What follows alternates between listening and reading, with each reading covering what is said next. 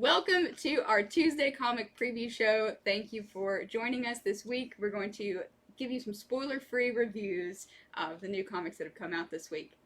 Yeah, as a comic store, one of the best parts is that we get the issues before anybody else. So after spending a long day of bagging and boarding them, inventory and all that, we all kind of kick back and we grab the ones we want to read. And this is the video we do every week where we do a spoiler-free preview for you to tell you about the comics. So welcome. All right, if you don't have a pull list with us, just send us a message or leave us a comment and we can hook you up with that. Okay, Jason, you should go first. Okay, I would gladly like to go first. So I read these fine ones and one other one I'm going to talk about. I guess I'll start off by talking about Shang Chi. Whoops, there it is. Shang Chi. This was an awesome read. Now, I'm a big Kung Fu fan. Okay, and what I'll say about this is if you think comics sometimes being 24 pages are a little light, this is not light. A lot happens in this book. It starts out in a dynasty years back. It catches you up on what Shang-Chi's been up to. It has a lot to do with the fact that he's from a cult originally, like a kung fu cult that wasn't good. He has secret brothers and sisters he didn't know about. They're after him. Each one has specialties. You got like Brother Hand and Sister Staff and Sister Nunchuck. There's a lot of power play going on in this issue. It's really good, and I think my favorite part is the writer. He knows Chinese, he knows the culture, and that really shines through. This felt authentic. There were parts I stopped and I was like, "Wow, I want to go look this up." They're talking about like pineapple sticky buns and stuff, and I'm like, "That's awesome." It has a real just a whiff of authenticity, and that's coming from I watched so many kung fu movies. The action was good. Now, unlike a movie, you can't see every moment of it, so they just show you like the big parts, and in my mind's eye, I'm imagining the rest. I thought it was a really good first issue, so that's my spoiler-free review of Shang-Chi #1. It came out with, dare I say, more variants than probably needed. Some of them are really good. I didn't gather them to show them all. We'd be here all night. But we have, I don't know, at least like 10 variants on the stands. So to me, look them up or come by the shop and pick out your favorite one. But that is my review of Shang-Chi #1. I was going to ask, so Shang-Chi has not been in the spotlight. Correct. I mean, for a long time. Mm-hmm. Is this new reader friendly? Because I don't know a whole lot about Shang-Chi or his powers or anything. So what I'll say is it catches you up on who Shang-Chi is and where he came from in a non-boring manner, meaning they spoon it to you a little bit, then you get action and you get plot progression and where he's at, then they go back and they spoon a little more to you. So that's really good. By the end, you don't know it all, but you definitely, if you've never read Shang-Chi, you do feel like, okay, I kind of get what this is about. In fact, they do such a good job, it makes you want to read the older stuff. It's like, cool. I want to read about this cult. I want to read about his father, who was the head of this cult, what happened between them. And so nice. Well, I will go next. There we go.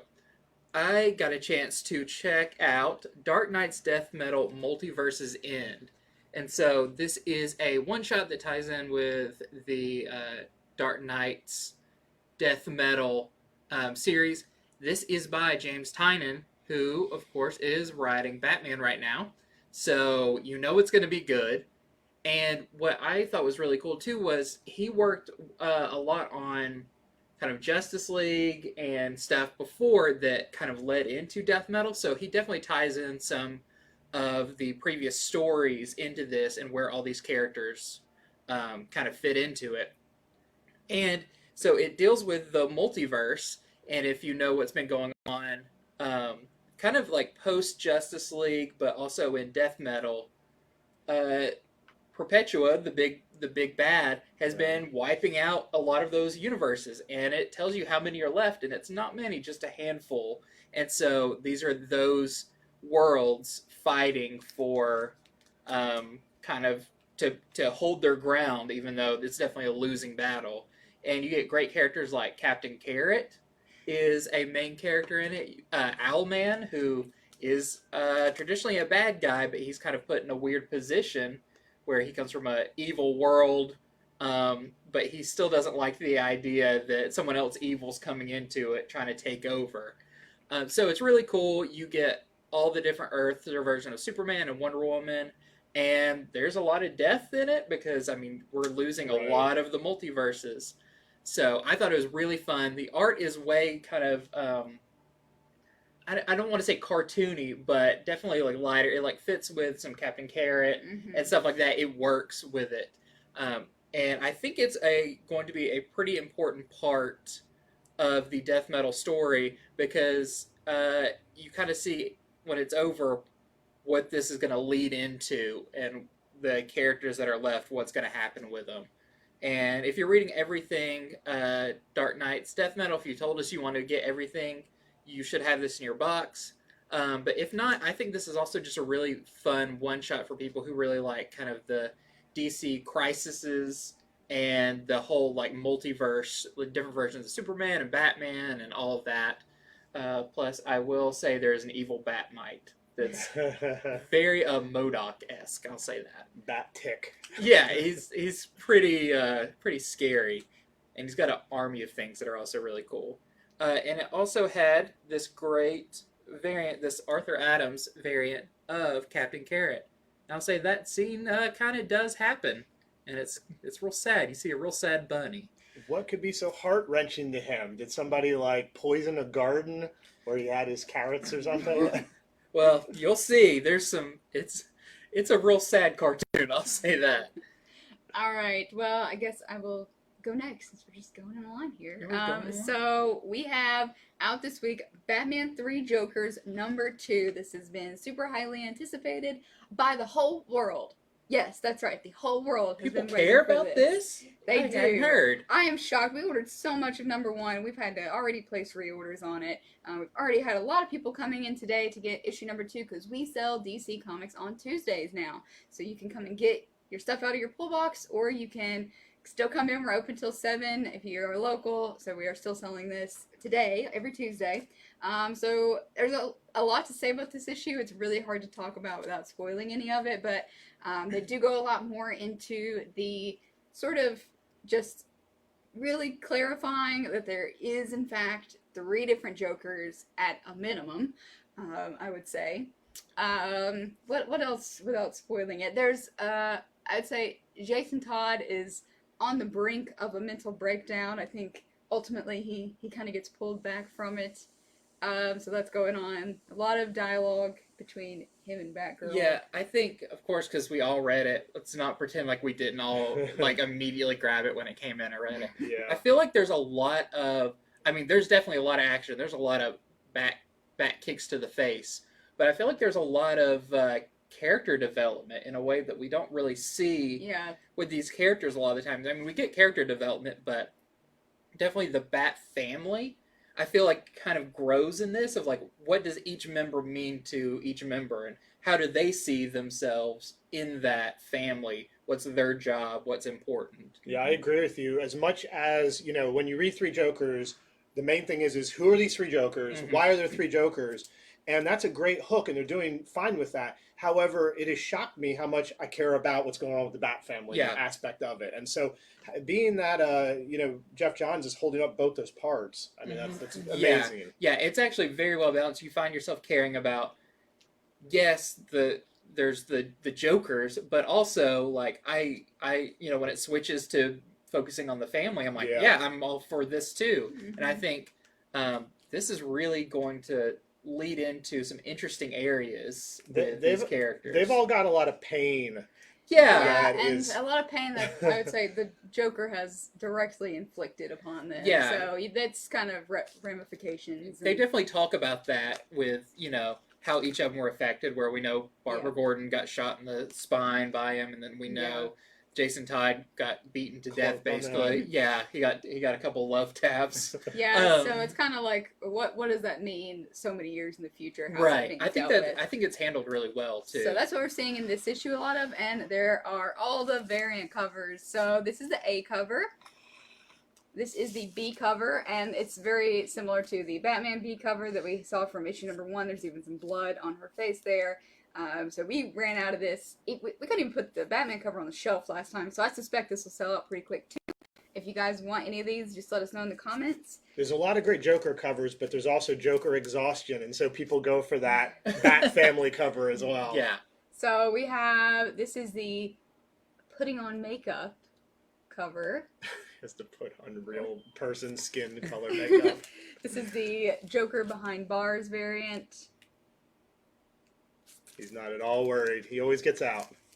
With yellow teeth. This is the monocle, classy looking Joker cover. You know, I think Mignola's the one who kind of did him that way. Yeah, that cover. Yeah. And then we do have some of the 1 in 25 variants left. These will not be here past tomorrow. These will maybe be gone tonight. So these are $25 for the 1 in 25 covers.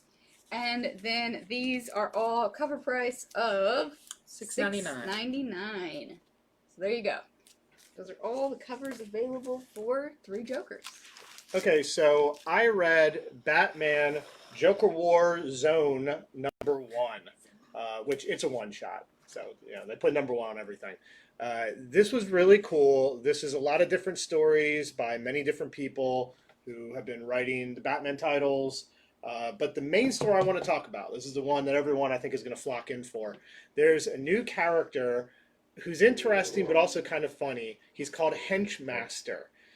He looks like a sumo wrestler, and basically he kind of explains, hey, where does everybody get their henchmen? It's me. I'm the guy. Like, people come to me, you know, you want a good henchman. In fact, he even takes credit for, you know, if you want to be the next Punchline, you do what I tell you. That's funny. Yeah, yeah. And the story is written pretty comedically, but I think he has enough charm. We're going to see him again. So I think it's worth picking up just for the henchman story. Also in the story, Cassandra Cain and Stephanie Brown are in the story, doing a lot of things. But the other thing I have to say, it's not too much of a spoiler. It's, you know, I also have to tell people this is why you should care about this. They have new costumes at the end, and they're really cool. Okay. So Henchmaster, the new costumes, and then just a bunch of cool one-shot stories by a lot of talented people. This is the variant cover by Derek Chu. Let me get it where it's not all glare. And there is also a Clown Hunter story in it too, isn't there? Yeah. Mm-hmm. Cool. Yep. I like that. I mean, when Tynan creates these characters, he's committed to them. He's like, they're not just in one issue. You're going to find out a lot about them. They're now part of the Bat mythos. I mean, world. he's really expanding the Batman world like at a rapid pace. It's like he took all the time Tom King was doing it, you know, which had a lot of ups and such. But he was like, you haven't put enough new into this. I'm going to put all the new you should have put. I'm going to put new I should have put, and just blow this up. I can agree with that. So yeah, it's been really fun, and Warzone is fun. You'll laugh at the Henchmaster story. That's what I'll say. That's awesome.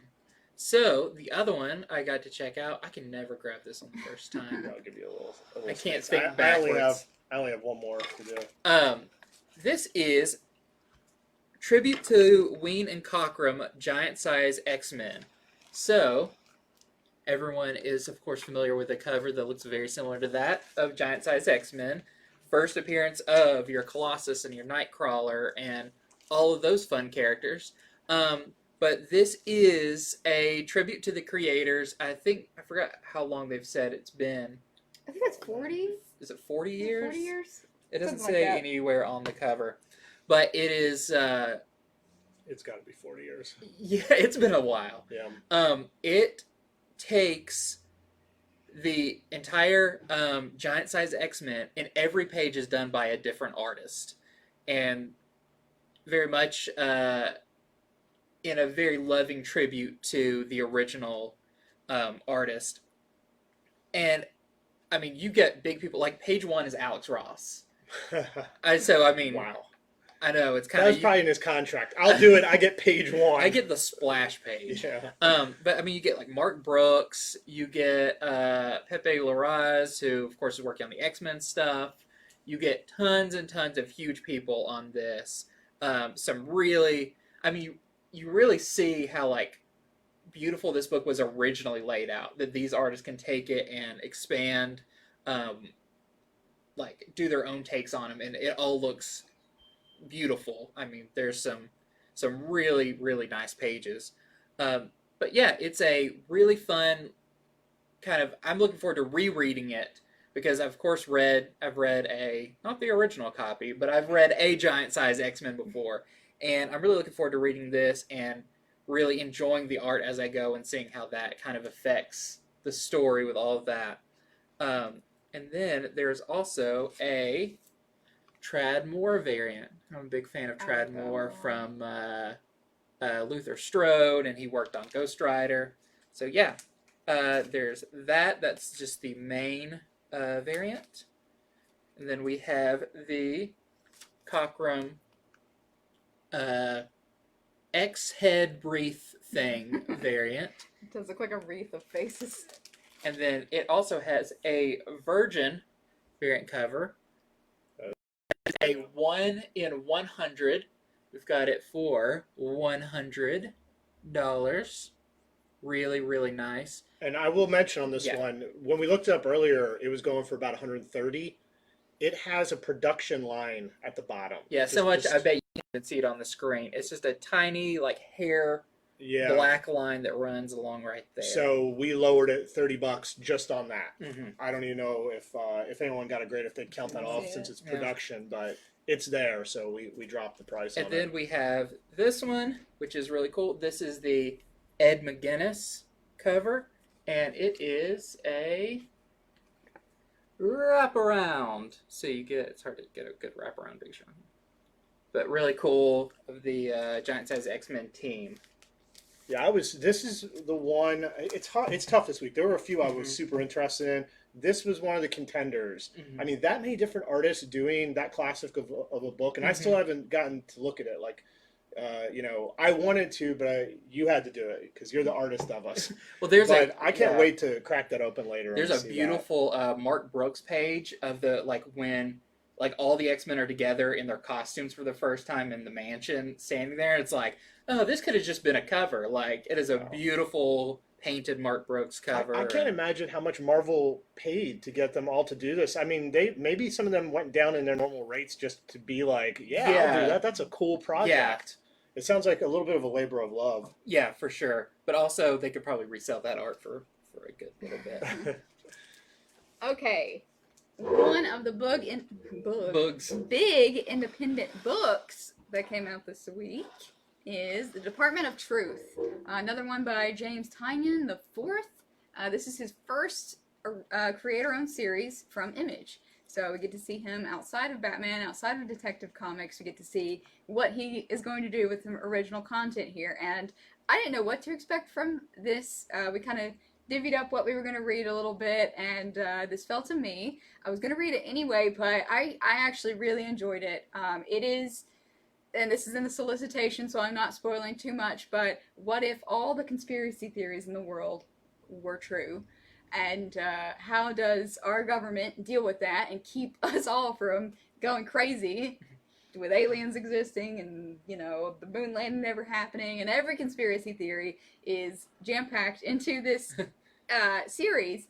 And I found the main character very relatable. He's kind of like a teacher who studies conspiracy theories, so he's on the brink. He doesn't, he's constantly reading about conspiracy theories and dealing with people on the internet who believe in them and teaching students, I'm thinking, but, when you're surrounded by something like that so much, it gets in your mind. So, I don't know, I found the main character really intriguing. But this has a lot of variant covers as well. So this is the main cover. This is the Jenny Frison B cover. This character is in the series. It's like how a little kid draws somebody dead. Just put X's I was over going to their say, eyes. does she have the X's over her eyes? Okay. She does. And the way it's drawn in the actual book, it looks like her eyes are X's, not that she just has tape over her eyes or something. So she was very intriguing. This is the 1 in 10 variant. You see sort of the, what is that, like Illuminati? Yeah, the all-seeing eye. Yep. So that's the 1 in 10 variant for $10. Then we have the 1 in 25 Ineukli variant for $20.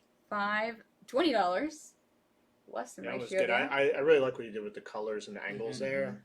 So $20 for the 1 in 25 variant. She's posing sort of Statue of Liberty posing. Oh yeah, Then we that's have cool. for $35 the 1 in 50 Mirka and Dolfo variant. That's really cool. And then lastly, the secret variant. Shh. It's just $20 for you guys. Department of Truth secret variant. This works out to be like a 1 in 10 ratio, sort of, I think you're saying, right? I think it's a little Something like a little that. more rare than that. Okay, so as you can see, it's Lee Harvey Oswald, right? Yep. So that's who that is right there. The one's Kennedy, the other's Lee Harvey Oswald. So this gets a seal of approval from me. I really did enjoy it, and I think the artwork really lends itself well to it. Just sort of a crazy, sort of manic state. So yeah. You know, I'm Department always of Truth. trying to guess what is going to be the next really big indie book. You know, like what's going to be the next Saga, Walking Dead, even like Ice Cream Man. I mean, try to buy the early ones of that. Yeah. And that one, it's pretty strong. The premise is strong. The team behind it, the covers are strong. So let's watch and see what happens with that one in the next coming months to years. Plus, it's tying like everything he touches kind of turns to I know gold. it seems like just the right time for him coming Yeah. off all the stuff he's done with Yes. Batman to launch into his own thing. So, okay, I'm going to talk about something a little bit lighter. So, Fantastic Four number 24 is out, but a lot of what people are interested in it beyond just, you know, it's Fantastic Four, which is very cool, Marvel's first family of superheroes. There is a Fortnite story in it by Donny Cates involving Thor and Galactus and likely Black Winter. It's just a 9-page story, but I flipped right to it. I read it. So what I will say on it is it was confusing to me because I don't know Fortnite, which felt like you should be reading it with somebody who does. I get the sense Donny Cates, you know, maybe he plays a little, or maybe he has a niece or nephew or someone he knows. That's how it kept being. It kept being like, oh, it's Thor and he's doing this cool thing. Well, wait a minute, he's punching a banana. Who's this banana character? I felt like I was missing something, but it was in a playful way. All the main plot you could understand. You know, it really was about Thor and Galactus. I mean, they're all over the place, and they end up in the Fortnite world, and the Fortnite world has a weird effect on Thor. And by the end of it, a bunch of other Marvel characters end up showing up. Ones that I'm surprised to see. Even he kind of calls for help, and it's like, wait a minute, you called for help, and Doctor Doom's here, but he is. So it was fun. It was enjoyable. I think anyone who's loving all the Thor, Black Winter stuff, if you just crave more, you're gonna want it. But find a Fortnite buddy. You know, I've got to contact my niece or somebody and be like, tell me about the banana that, you know, Thor punched in the face and these other characters. I guess in Fortnite they don't really talk much because the characters act a lot, but there's not really dialogue in them. So anyway, I think this one is going to sell very well because of how interesting it is. The last thing, and I just remembered this, that I wanted to show, if I could flip to it really quickly, is I got to show the credits on it.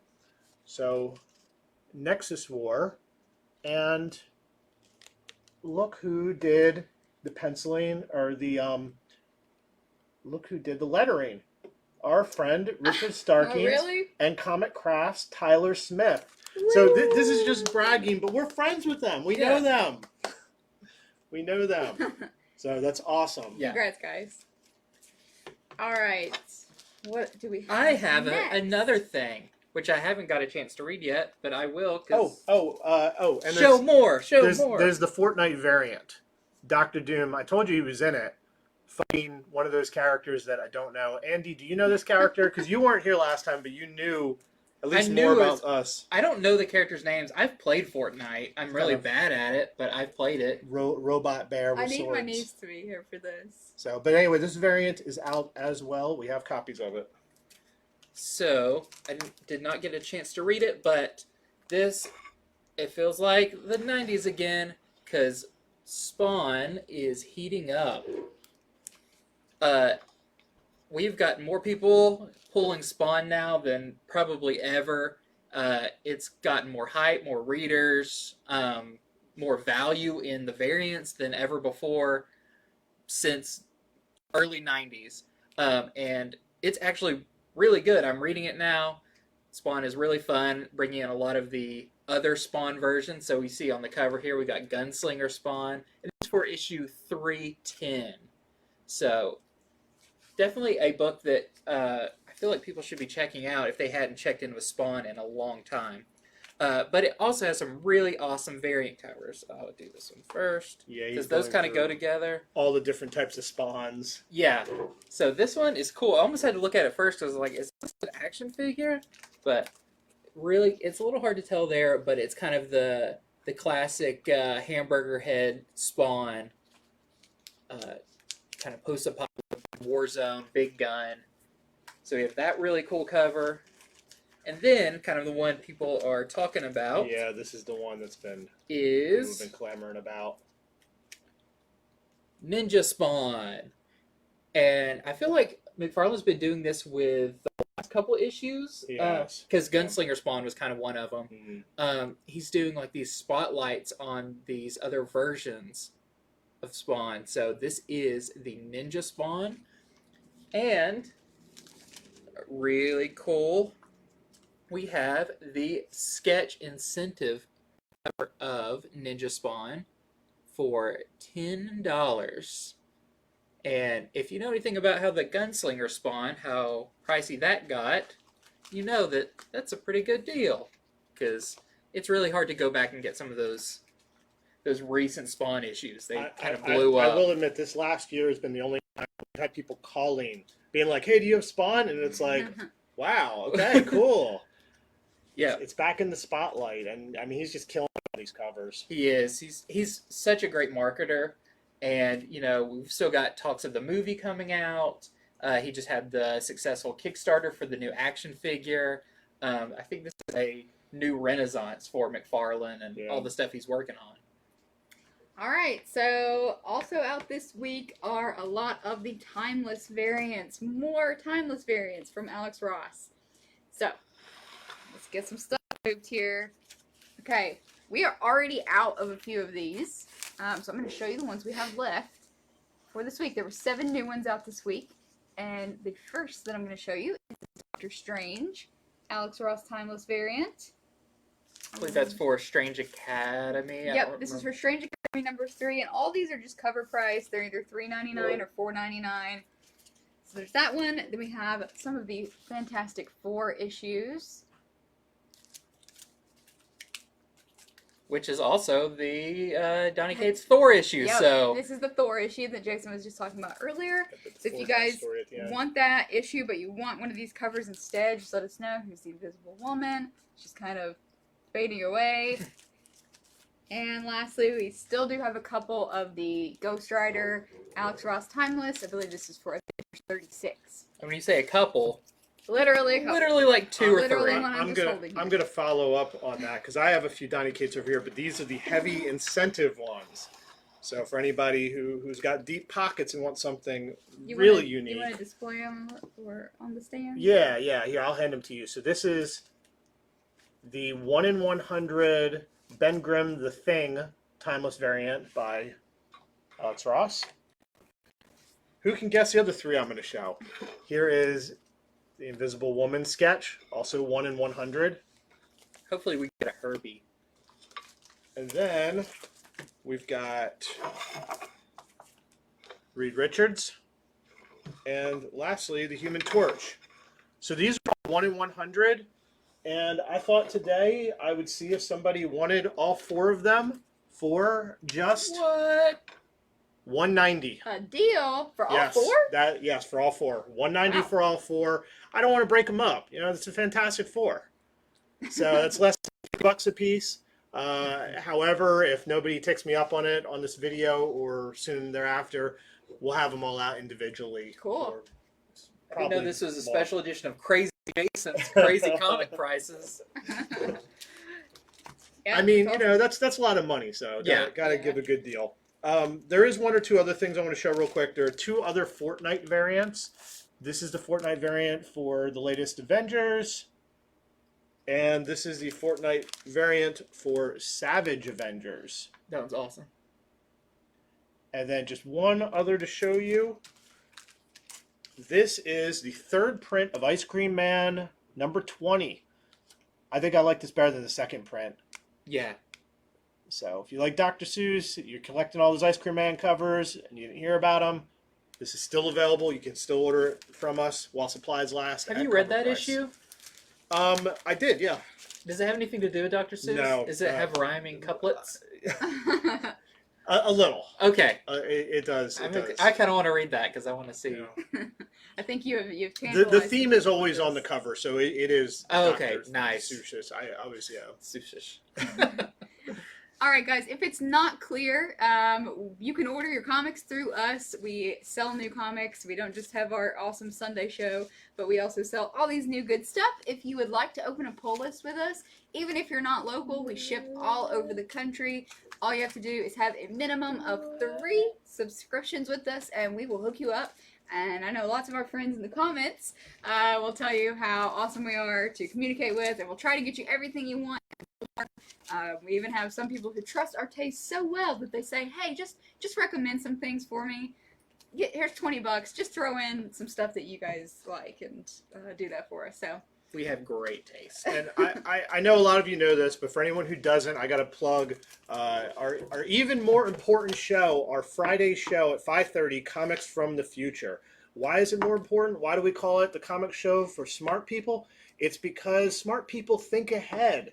It is the show we pull together where you can see all the comic covers as early as possible and you can order them at cover price. Meaning if you place your order after the show, you're guaranteed to get it. Every week we run the register. People come in, they want to buy comics that are out this week, and they've run out of this, we've run out of that.